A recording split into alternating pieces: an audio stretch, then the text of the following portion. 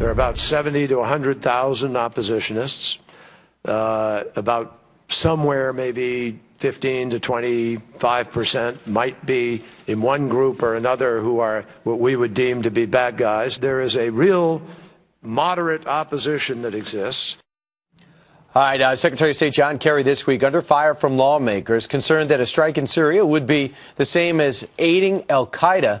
Well, our next guest says that's exactly what we'd be doing and what U.S. action could spark World War III if, in fact, we do it. Joining us right now, former Congressman, presidential candidate, and Fox News contributor Dennis Kucinich. Congressman, Democrats are leaving the president's side, it seems, in the House. He's going to have trouble getting 60 votes of support in the Senate, which Democrats have the majority.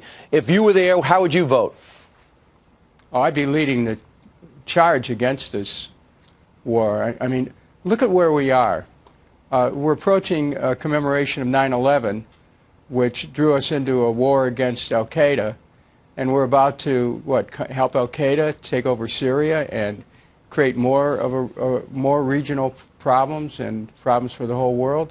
Right now, al-Qaeda is attacking Christian villages. There were some things on Fox yesterday about that. They're executing people who are captives. This is a moment which calls for clear thinking on the part of Congress, but the American people are already clearly understanding what's going on. We're being rushed into a war without sufficient proof, and it's not in the national interest.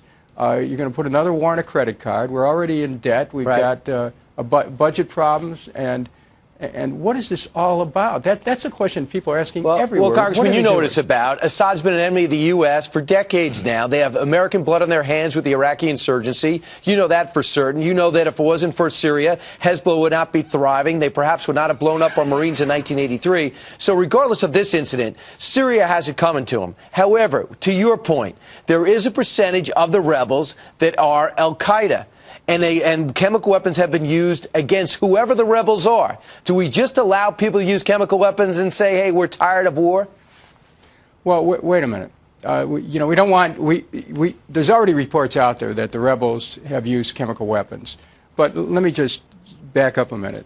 If anyone says, well, Syria has it coming to them, and that's like one of the arguments that's coming out of Washington, the Syrian people have already been involved in a civil war at the loss of life. We're going to compound that. We would be injecting ourselves into a civil war with the leading edge of the civil war being al-Qaeda.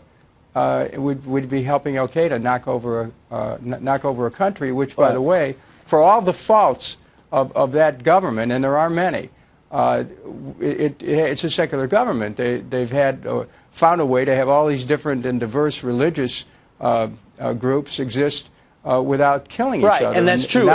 In 30 years, as you know, the father, Hafez Assad, just killed tens of thousands of people when they decided to rise up. That's one way to keep them in line. But real quick, no, you can't. Listen, you don't go along with anybody. I'm not for killing anybody, and I'm sure not for the United States getting involved. But you can't cloud Syria's background. They hardly were a smooth-running machine before. They were just so brutal, people didn't come up. You're looking at the guy who led the effort to stop us from going into, try to stop us from going into war in Iraq because they didn't make the case, okay? They haven't made the case to the American people. That's true. This is about America. This is about us first. It's not about all the bad guys around the world. There are plenty of bad guys around the world. We could be spending the rest of the American budget fighting bad guys around the world. We've got to stand up for America here and do what's right for America, and it's not in the American interest for us to go to war. And the president's getting urged by everybody, even on his side, to make a primetime address and fully explain it all.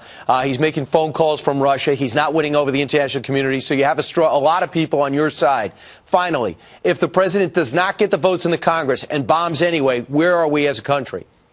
First of all, we don't need his speech. We need the truth. Secondly, this manner of selling a war is unfortunate. And if the president, despite Congress's disapproval, and the American people certainly don't want this war, if the Congress votes against it and the president goes forward with a war anyway, we're looking at a constitutional crisis, the likes of which we have not seen in the United States, and where a president would act in defiance of the Congress as direct representatives of the people.